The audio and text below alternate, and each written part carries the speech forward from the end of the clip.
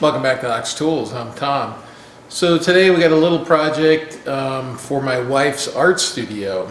So she had a little bench vise up in her studio that she used for holding things to screw them together and various art-related things. Frankly, I don't know what she uses it for up there. But the vise was too small, so she gave it back to me. And I had a different vise that we got at a garage sale. It's actually a nice little vise that I took apart and kind of cleaned up and not a full refurbish, but mainly just a cleaning and a painting. It's actually a nice vise now. And so we're going to build a stand to put that on. And so my buddy Jason at Fireball Tool hooked me up with I was going to build a stand, but then I noticed that he had these, they're the legs for his fab tables, his super hot whammy fab tables. So he sells the legs separately, and they're actually pretty awesome for a vise stand in that they adjust in height, and they have flanges on them already and adjusting holes, and it's a whole bunch of work that's already done, and the price is a screaming deal. So let's check that out and see what we're going to do, and then I got a piece of plate that I want to put on the bottom that's a little different, and I'll explain why I'm doing all that stuff. So let's check it out. So here's the vise, and this came from a flea market, not a flea market, excuse me, a garage sale up here in the hills, and the story was it was on this guy's dad's workbench, or I don't know what, and it had been there for a really long time, and it was in pretty rough shape when we got it. I paid $5 for this, okay, and this is a reed, and I think it's I don't know, 3.5 inch or something. Yeah, 3.5 inch reed. Is there a number?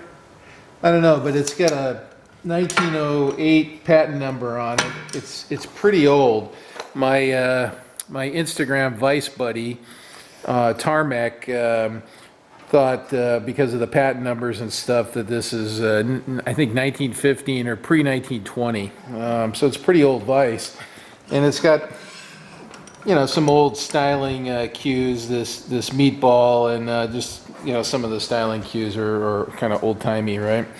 Anyway, $5. Basically, I took it apart, cleaned it, bead blasted it, and repainted it this green, which is going to go really good with this red.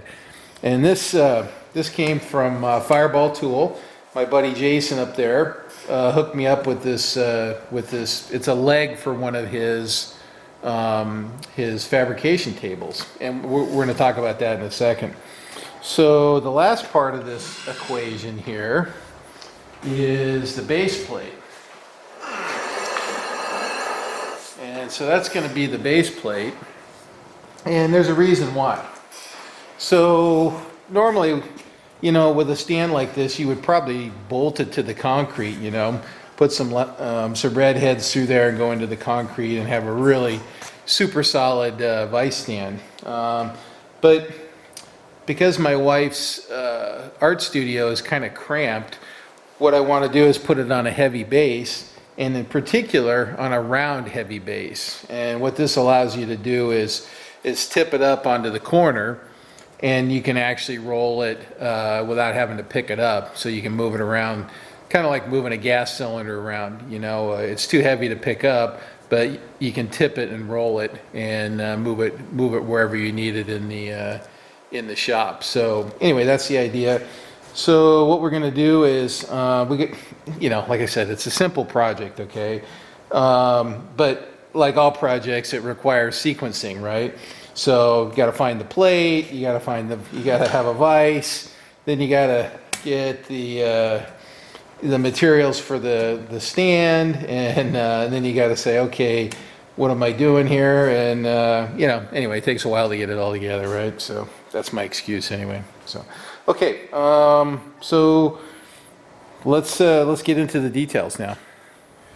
So one of the things that that really attracted me to to this particular stand was it had an adjustable height, okay, which is really nice. So when I was talking to Master Jason about this, I said, so the first question out of my mouth is, hey, you know, with those adjustments and the fasteners and whatnot, I said, does that thing wiggle or what, right? And he says, no wiggle. And I went, oh, okay, cool.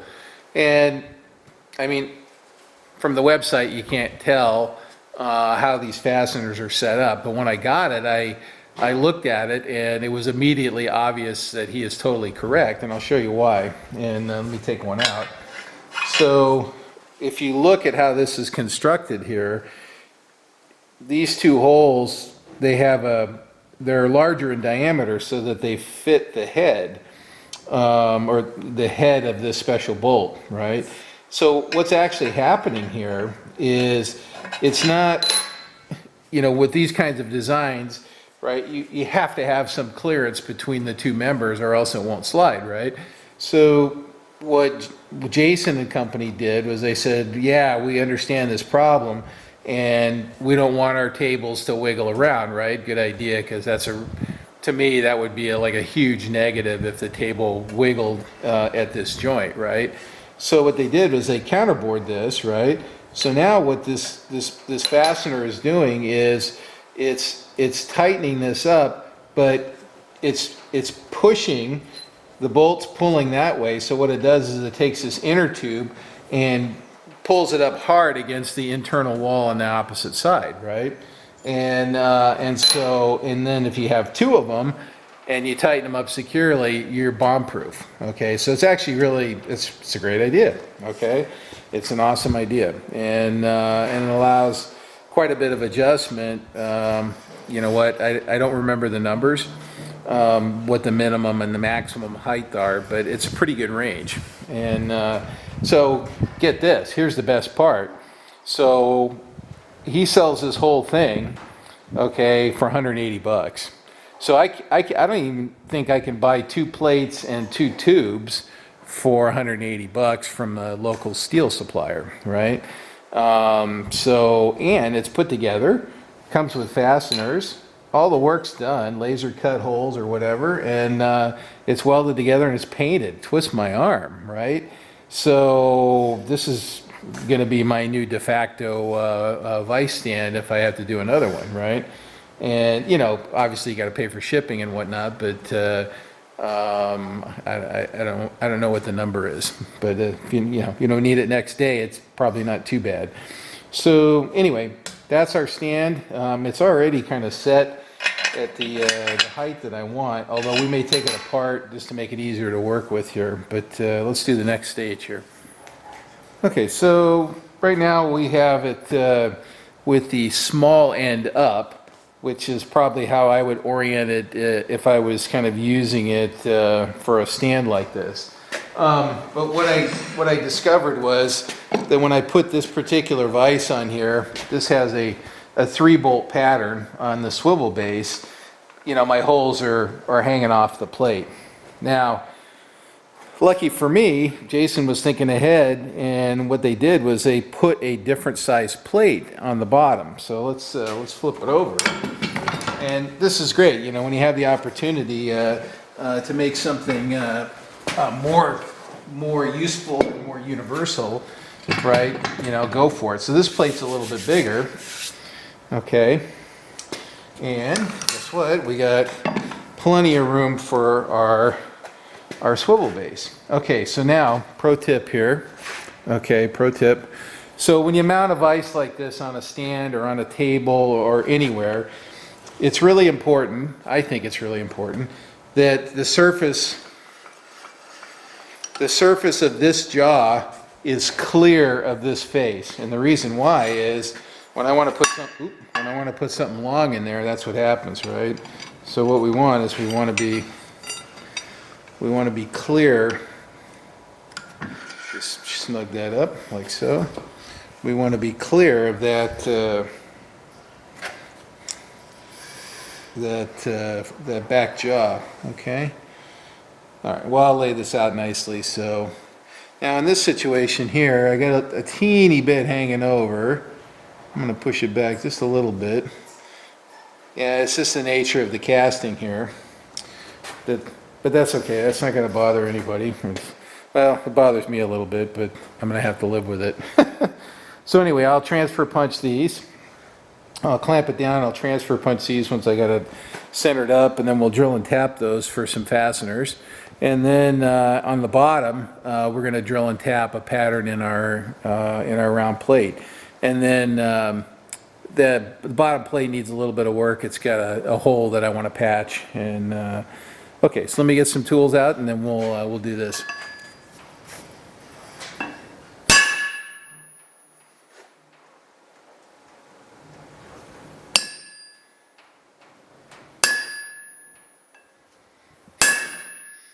Okay.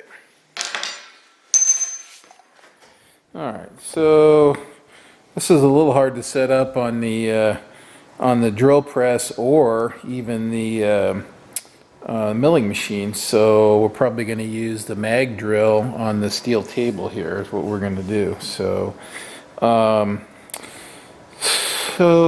let's I guess we'll get set up to do that, and because we're probably going to do the same thing with the disc as well. All right, so I got everything I need now.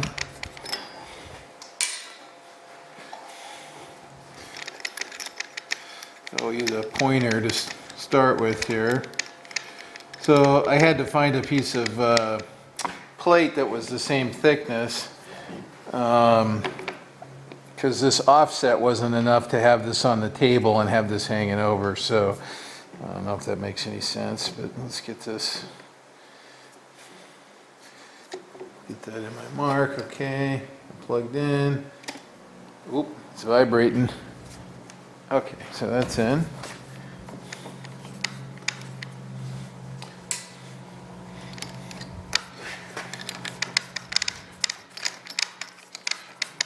We're just using a stub drill here. Okay.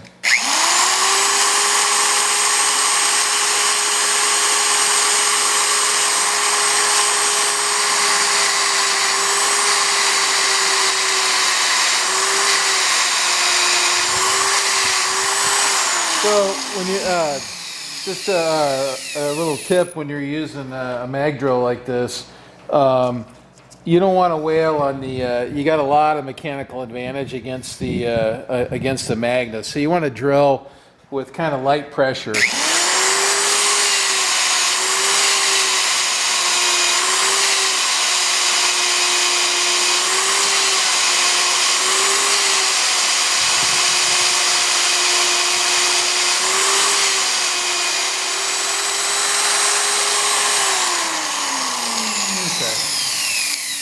So, just all you got to do is remember that it beats hand drilling by a long shot, and so don't get greedy and try to push too hard and go too fast. You're always going to beat the hand driller. So, okay, a couple more, and then we'll tap these.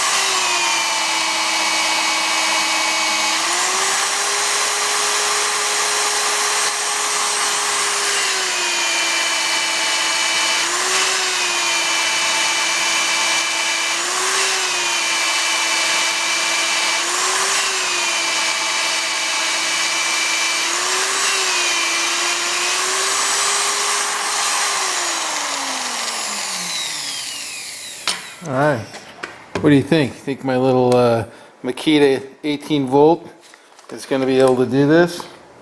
Power tap? Are we taking bets? Okay, there it is.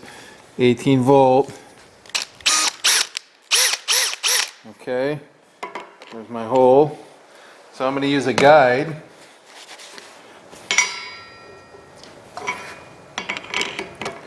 Like so. This is where you need an extra set of hands. Alright, let's take that out of there. Alright, let's get it clamped first and then get it lined up. Actually, the force of the okay, everybody's still there. No cuts. Okay, here we go.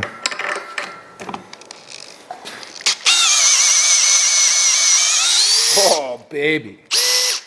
Power tap, half 13. How do you like that?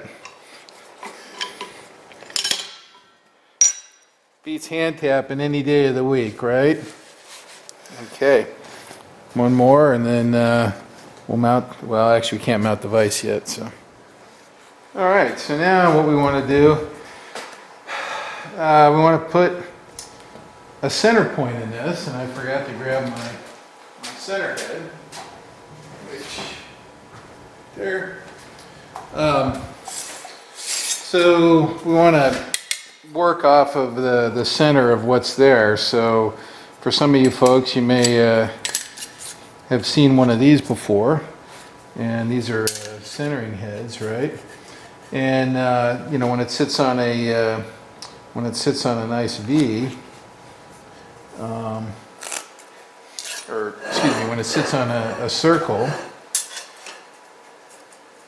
it finds the center, and then on a you know, something like this that's burned, I just do a couple of extra just to kind of average out what's there, you know, and any Humpty Dumpties and stuff like that. And then what you end up with in the middle is is what we used to call in navigation, you know, celestial navigation, we call it a cocked hat, which is although that's all pretty good there, which is a convergence of several lines, right? And you were always very suspicious if those lines crossed perfectly on a map. And the reason being is there's always little tiny errors that creep in, you know, the time that you took the shot and your sight reduction and all that stuff. So there was always, you expected, I'm just going to put a little baby dot there in the center. You always expected some error. Okay, so now what I want to do is measure this pattern here, and because we're and honestly, you know, this always looks like a good idea, but when you're matching up to it doesn't really give you any extra latitude. It looks like it does, but it doesn't. So if you've ever played around with trying to mount stuff to patterns like this, it doesn't buy you much. So anyhow, let's do this here. What I want is I want the center to center on this, right? So what I'm going to do is measure from one extreme end of the slot to the other extreme end. Okay, since the slots are the same. It should give me the center to center distance, right? So I'm seeing 8 1/8.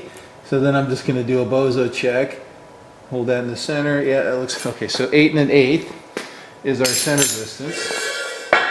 Okay, and so now what we're going to do is we're going to draw a circle here very carefully with my handy dandy dividers that hold a Sharpie, like that. It helps if you loosen up the clamp there, Mr. Bozo. Actually, you know what? I would like a fresh Sharpie. Okay, so what I say, 8 1/8. So what's half of that? I know you guys are screaming at the. So we're going to burn 1 inch. That way the divider tip sits in there, right? 8 1/8. So 4 1/16, right? Let's flip it over here. 4 1/16, and then I'm going to just draw a little line. Okay, that looks pretty good on my rule to make sure that it cuts through the.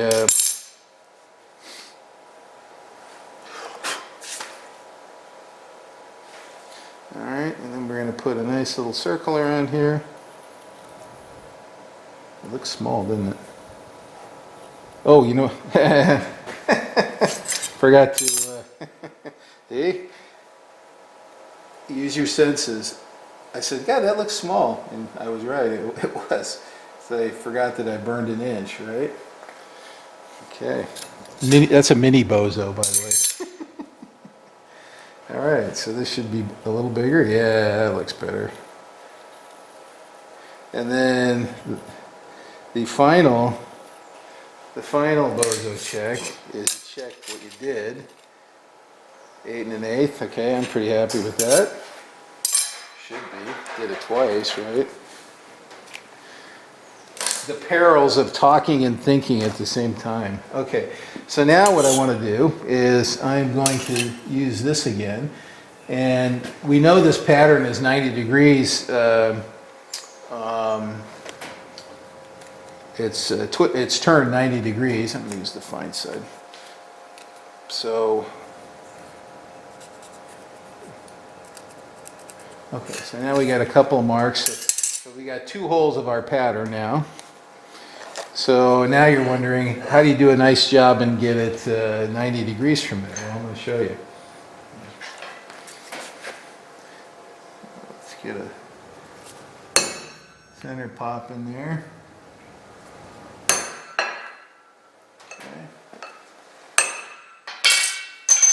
Okay. So we can use our dividers again, which is a clever way of doing it. So let's do that. And what the operation that we're doing is, and it's called erecting a line. Okay, and now the setting of the dividers is arbitrary. It doesn't matter as long as it's the same. So I've opened it up quite a bit because what I want is I want a longer throw, right? So I'm going to strike a line. I'm going to come over here and I'm going to strike a line. And I'm going to come back since I need a little more line there, okay? And that little intersection right there, if you draw a line between that point and that's exactly 90 degrees to that other pattern, okay? Pretty accurately. And the farther you go out, the better. And now if you use a scribe, you can get real accurate. I got to get my Sharpie out of there. And you can get more accurate, but for our purposes, this will be fine. So I'll flip that over. So what I want to do is rotate this around until it crosses my, hopefully you can see all that. Yeah, you can see all that. Ooh, sorry, my battery light's flashing. Okay. Let me put a new battery in that camera. All right, fresh battery now. And then what I like to do is I pick my point, and then I bring my square up to the point, like that. Oops, and then move it. Okay, that looks pretty good. Okay, and then we're going to strike a line across the circle that we know is 8 1/8. Okay, and now we got a nice pattern that's 90 degrees. So let's center punch that before my vision changes and I can't see it anymore.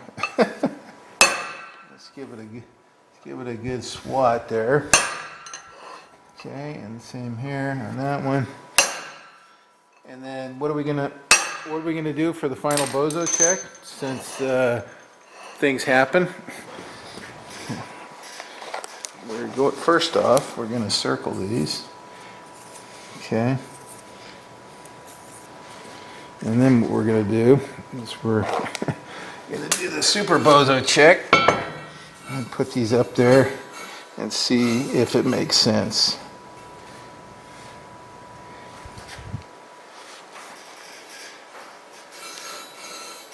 Okay, there's one, there's two. And I can't see down the hole. Okay. 3. A piece of scale fell in the hole, and I was like, what the heck? And okay, yeah, this looks good. Okay, so I'm happy with that. And so we're going to drill and tap this 1-inch plate. Okay, and then, ow, son of a gun. That hurt. And then what we're going to do is we're going to clean this up. We're going to weld that up and blend it so that we don't have a big fish hook there. So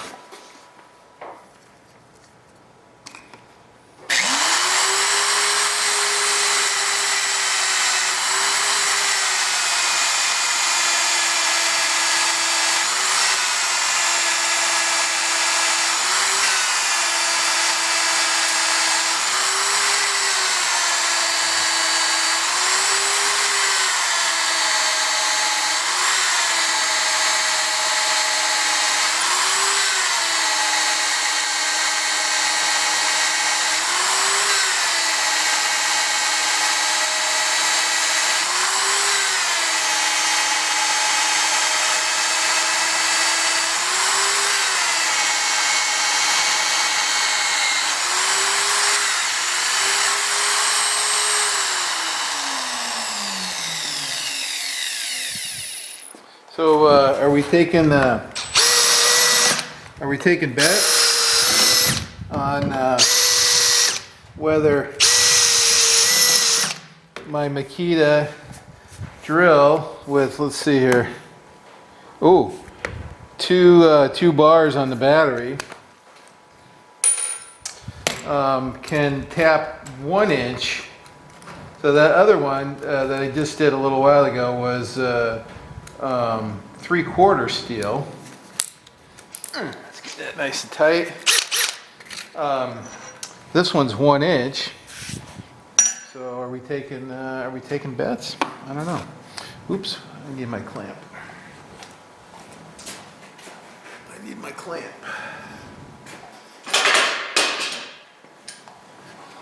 Because what I want is I want to clamp the guide down. So this is part of the secret here, I will tell you, is clamping the guide down, because when you let's make sure that's all lined up and tighten that up, because when you're straight you have to tap less material, and the tap is loaded up evenly. Okay, so that is one of the secrets. So okay, here we go.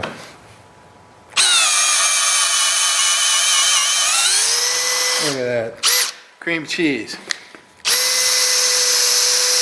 Now a fresh battery would probably help, but I'm going to keep going till it cacks, and let's see how far we get here. If we can get 4 holes out of it.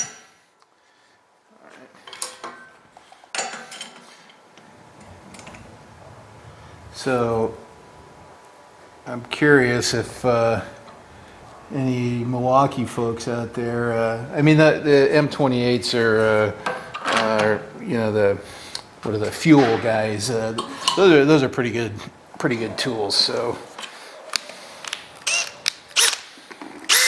okay, Liquid Love number 2.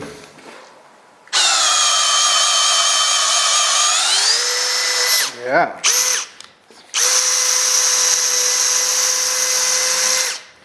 Okay. All right. I got to spin this around. We'll do a couple more. All right, last hole. Same battery. 2 bars still.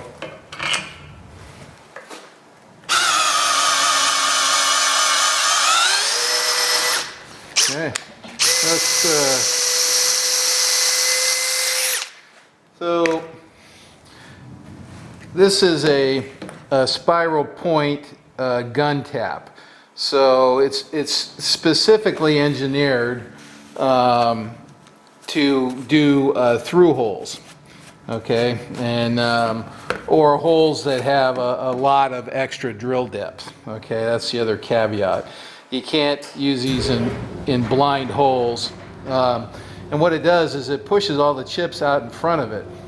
And so instead of trying to push the chips back up, which uses extra energy and creates friction, it pushes it ahead. So these are really low pressure cutting taps. So you want to quit breaking taps on through holes. Get spiral point gun taps, they're called. And now this particular one is an oddball because it's got a long shank on it. But it is kind of my preferred tap, preferred cut tap, and for this kind of stuff, in particular through holes. And I use them on blind holes, but only when there's plenty of extra drill depth for enough room for the chips. Now you see that's a pretty large volume of chips. So if we were trying to tap a blind hole 1 inch deep in steel, you would want another inch at least of hole, if not more, to clear the chips, right? So to get away with this, I guess, is what I'm saying. So it's nice because so many times I see people they bust out the manual tap wrench for this kind of stuff, and you saw how quick that was. I mean, come on, it's like, I don't want to sit there all day tapping holes, right? I mean, sure, I love using my my tap wrenches and stuff like that, but if you're working for money, unlike me, then time is money. Okay, let's weld this up, and then we'll sandblast this, and we'll paint it, and we're done. So what I want to do here is just take off some of that scale from the plasma cut or whatever cutting method was used.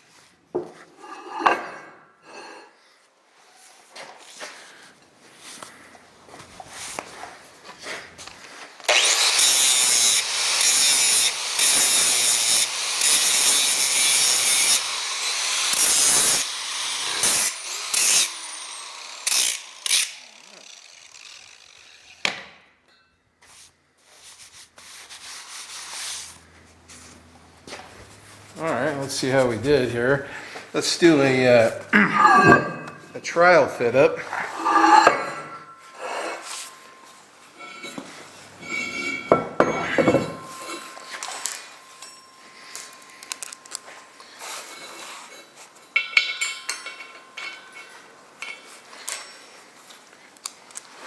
See how it goes here.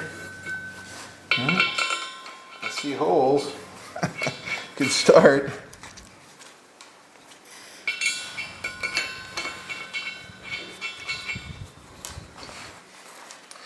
So what I want to test right now is so this is what I mean. So we're in the middle of the slot, right? And those slots are at 45 degrees. So your quick intuition, you look at it, you go, oh wow, that gives me extra room to work with. Well, it really doesn't. It really only gives you whatever extra width of the slot is. Okay, in this case, it's about a 1/16 oversize. So that's all the wiggle that we get. Okay, we don't really get other than a 1/16 in any particular direction. It doesn't behave the same way as an oversized hole does, right? So it looks clever initially, yeah, potentially it can cover more than one bolt pattern, okay, but you don't get extra room, okay, so don't fool yourself into thinking you get extra room.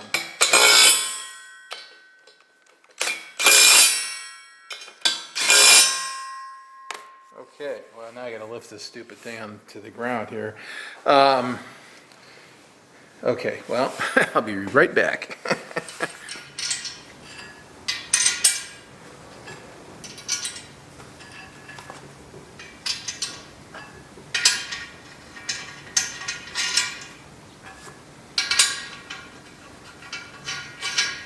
All right, we'll tighten those up in a minute. And I think this is the way this goes. That.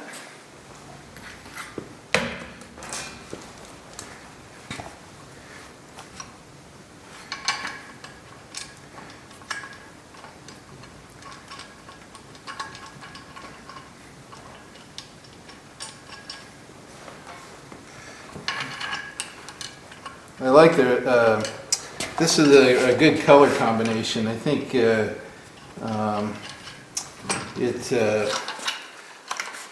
has some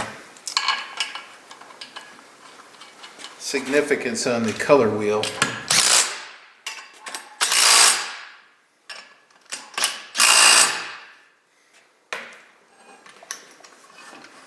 Okay, now this is what I want to test here.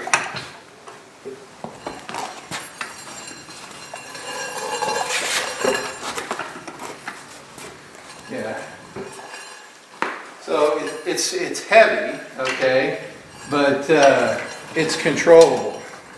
That's what I care about, right? So maybe what I should have done also, while I had the chance, is in case I want to bolt it to the floor, is add a couple of holes to bolt it to the floor. So maybe I'll do that, but for the most part, this is done right now. She can try it and try the height. So actually, I want to try these these special bolts. So let's get some tools. We'll snug those up and see if Jason is true to his word, and there's no wiggle when those are. Yeah, get all the dust off here. Huh? Thing's been sitting around for a while. Okay, let me get some tools and we'll test for wiggle.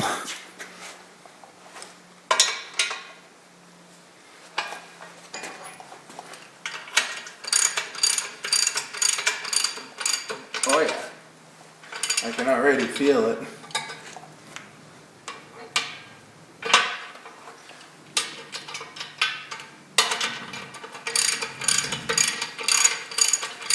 Yeah, I just pulled it up hard against that one wall. Like that. Oh, yeah, that's perfect. Sweet. Yeah, now of course, the machinist in me says, oh my God, it's not centered in the tube, right? But he can just shut up, and because it doesn't matter. What I care about is that there's no wiggle there. And it's easily adjustable. You know, I can raise this thing up.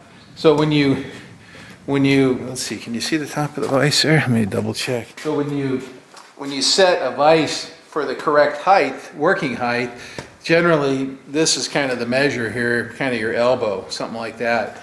And that's a good height for filing or sawing or chipping or whatever, right? And is when you stand there about, so this would be right for me. For my wife, that might be okay. She's taller than I am. No big surprise, right? Or she might need it a little lower, so we'll see. We'll see what she wants for what she's doing. And then we got Mr. Swivel. Mr. Swivel, anytime. I don't know. I'm not a huge fan of swivel-based vices myself, right?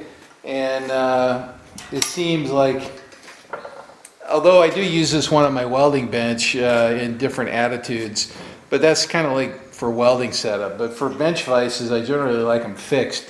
I don't like the swivel base because when you're really reefing on something, they always move when you don't want them to move, right? So, you know, I'll admit every once in a while it's nice to be able to turn them. So anyway, that's about it for this video. I'm not going to bore you with painting, but Jason, thank you, sir, kind sir, for the vise stand. And if you guys want to build one for yourself, hook up with Jason from Fireball Tool, fireballtool.com, I'm pretty sure. And I'll put a link in the description to this vise stand. So, and it's a hell of a deal. I mean, you just can't poke any holes in it, and it's a screaming deal, and it's ready-made for a job like this, or a bench grinder, or a Beverly shear, or a Whitney punch, or I don't know what, a little anvil. Who knows? You know, who knows? Whatever you want to put on something like this, it's a great stand. So, okay, see you next time.